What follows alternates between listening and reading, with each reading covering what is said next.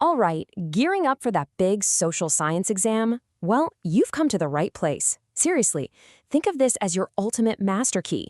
We're going to unlock all those super important, high scoring topics and turn them into a story that's so clear you'll carry it right into the exam hall with you.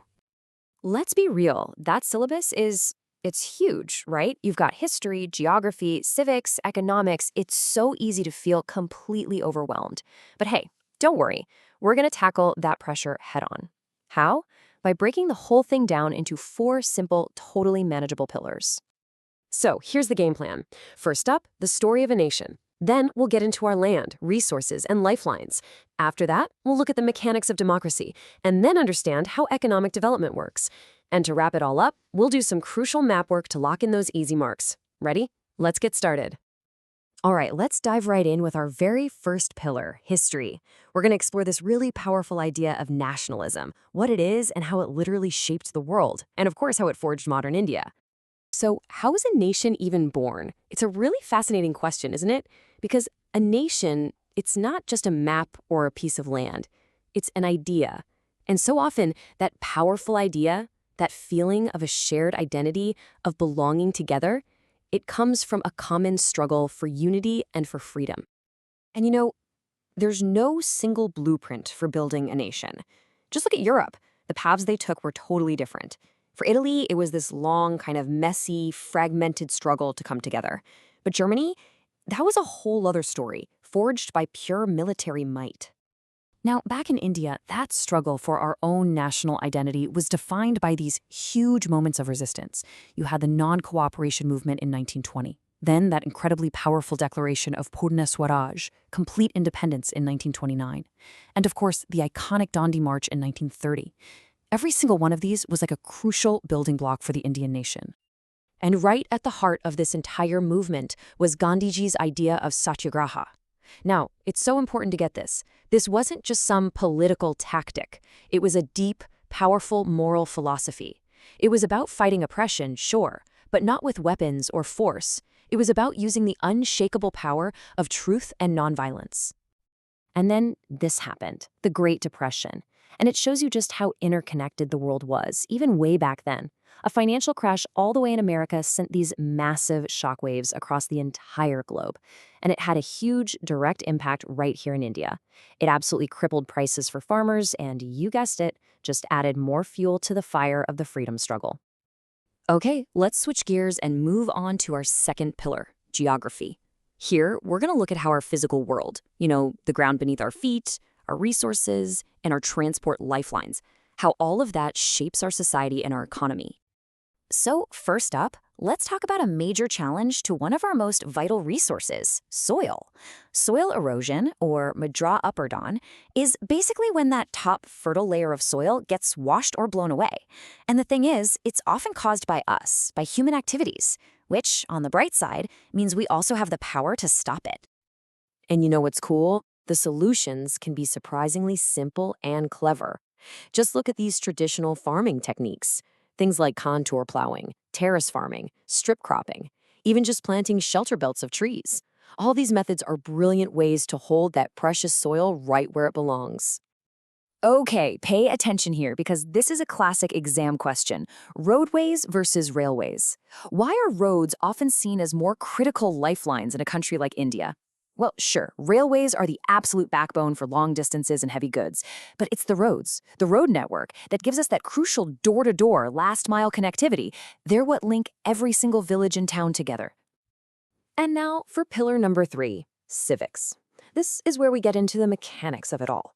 We're going to explore the systems, the rules, the whole framework that allows a country as vast and as incredibly diverse as India to actually function as one single, unified democracy. It's kind of like looking under the hood of a car. This right here is such a powerful comparison. You've got 2 different approaches to power sharing.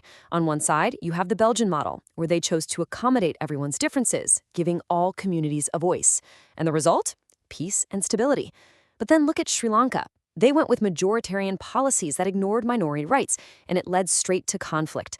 This tells you everything you need to know. Sharing power isn't just a nice option. It is absolutely essential for a democracy to survive.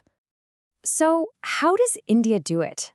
Well, our federal structure is basically a masterclass in finding balance.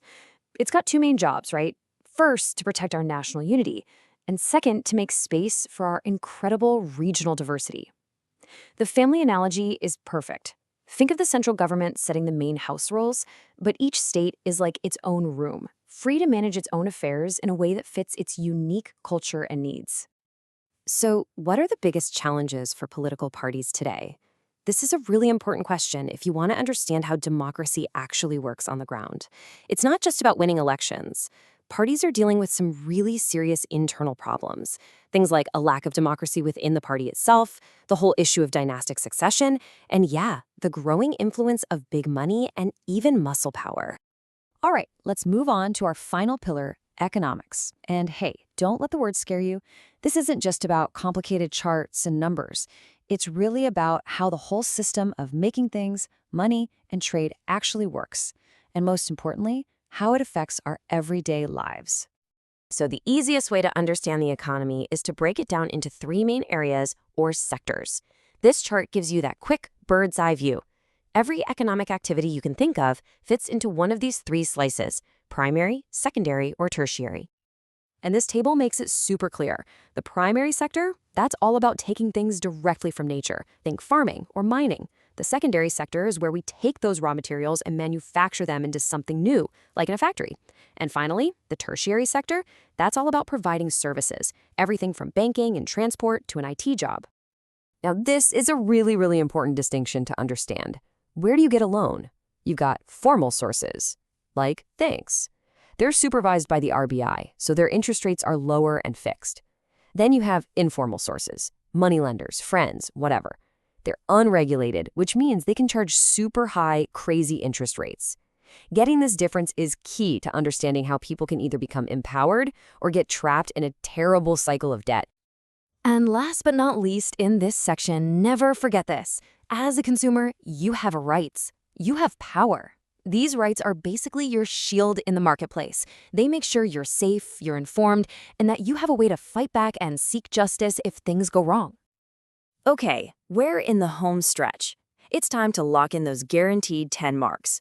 Let's take everything we've talked about, all the history, all the geography, and put it on the map, literally. We're going to anchor these concepts to the real-world places you absolutely need to know. All right, let's do a quick rapid-fire drill. Ready? For history, you gotta know Jallianwala Bagh in Amritsar, Chowri Chowra in Gorakhpur, and Dandi on the coast of Gujarat. Got it? Okay, for geography, know your major dams like Tehri Dam and Bakra Nangal, and know your key ports like Kandla on the west coast. Seriously, nailing these locations is just a surefire way to grab some easy marks. And so, here's the final thought I want to leave you with. Now that you've seen the four pillars, think about it. The real magic, the real mastery of social science, isn't just memorizing facts for each subject. No way. It's seeing how they all connect. It's understanding that history, geography, civics, and economics aren't just separate boxes. They're all deeply interconnected threads woven into one single incredible story. Go get 'em, and good luck.